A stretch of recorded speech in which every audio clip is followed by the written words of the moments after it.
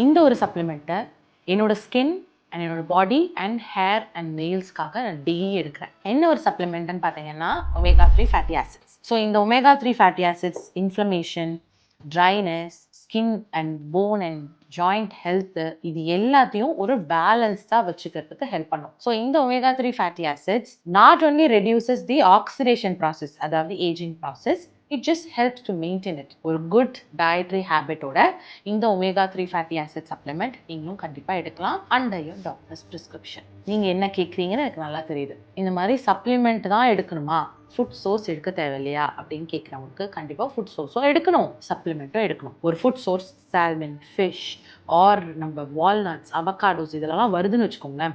குமியலாக சாப்பிட்டாதான் நம்மளோட recommended daily allowance வந்து சேரும். அதுக்கு இந்த ஒரு டேப்லெட் நம்ம சாப்பிடும்போது தாராளமாக போதும். ஸோ இதுவும் முக்கியம் உங்களுக்கு தேவைன்னா உங்கள் டெர்மட்டாலஜிஸ்ட் இல்லாட்டி உங்களோட ஜெனரல் ஃபிசிஷியன் கிட்ட கேட்டுட்டு கண்டிப்பாக சாப்பிட மறந்துடாதீங்க. பாய்.